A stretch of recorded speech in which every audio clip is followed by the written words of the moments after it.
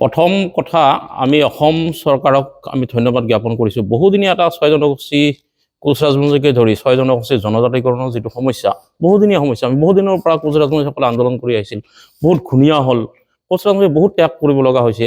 এই ক্ষেত্ৰত আমি ইমান দিনে আমাৰ যি অপেক্ষা, মই ভাবোঁ আমাৰ মাননীয় মুখ্যমন্ত্ৰী হেমন্ত বিশ্ব শৰ্মা ডাঙৰীয়াই এইবাৰ এটা বাস্তৱ পদক্ষেপ ল'ব।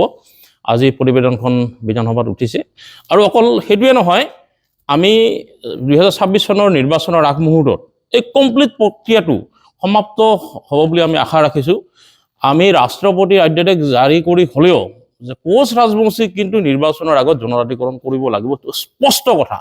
আমি স্পষ্ট কথা, সেইকাৰণে আমি আজি চৰকাৰখনক বাকী যিখিনি প্ৰক্ৰিয়া আছে, অলৰেডি আমাৰ বিলখন অলৰেডি ৰাজ্যসভাত মানে উঠিছিলে, গতিকে অফিচিয়েলি কাম গোটেইখিনি অলৰেডি হৈ গৈছে। এতিয়া অকল ইমান দিনে ৰৈ আছিল মানে ৰাজনৈতিক ষড়যন্ত্ৰ আৰু ৰাজনৈতিক সদিচ্ছাৰ অভাৱ।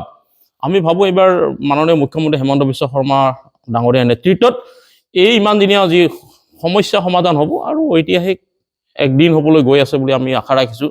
লগতে এটা কথা ক'ব বিচাৰিছোঁ, আজি কোকৰাঝাৰত এক হিংসাত্মক যি ঘটনা হ'ল, মই ভাবোঁ আচলতে জনজাতিকৰণৰ ক্ষেত্ৰত এইটো ৰিলেটেড নহ'বও পাৰে। মাননীয় হাগ্ৰামা মহিলাৰী ডাঙৰীয়াৰ চৰকাৰখনক অস্থিৰ কৰি পেলোৱাৰ এক ষড়যন্ত্ৰণা কিজানি হ'ব পাৰে। যিসকলে বহুত কথা ভাবি আছিলে যে আমি এইবাৰ অমুক কৰিম তমুক কৰিম, তেওঁলোকে যে ধূলিসাৎ হ'ল, তেওঁলোকে মই ভাবোঁ হাগ্ৰামা মহিলাৰী ডাঙৰীয়াৰ চৰকাৰখন অস্থিৰ কৰি পেলোৱাৰ ষড়যন্ত্ৰ হ'ব পাৰে। এটা কথা স্পষ্ট ভাষাৰে ক'ব বিচাৰিছোঁ, কাৰো ভাতৰ কাঁহীৰ ভাত আমি কাঢ়ি আনিব খোজা নাই।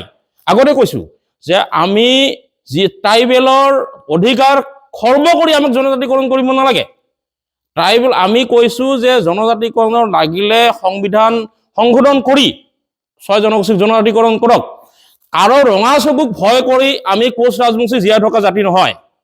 আমি স্পষ্ট ভাষাৰে ক'ব বিচাৰিছোঁ, অসমখন অস্থিৰ কৰিব খোজা যিকোনো শক্তিক আমি মুখীমূৰ কৰিবলৈ কোচ ৰাজবংশী সদায় প্ৰস্তুত। আৰু ইয়াৰ কাৰণে মই চৰকাৰক আহ্বান জনাম, যিবিলাক 6 জনগোষ্ঠীৰ এই জনজাতিকৰণ প্ৰক্ৰিয়াক ব্যাঘাত জন্মোৱাৰ কাৰণে যি শক্তি অতঃপ্ৰত জড়িত হৈ আছে, অনতিপলমে তেওঁলোকে গ্ৰেপ্তাৰ কৰি জেল হাজতলৈ প্ৰেৰণ কৰক। এইখিনিয়ে মই অসম চৰকাৰক ক'ব বিচাৰিছোঁ। ধন্যবাদ।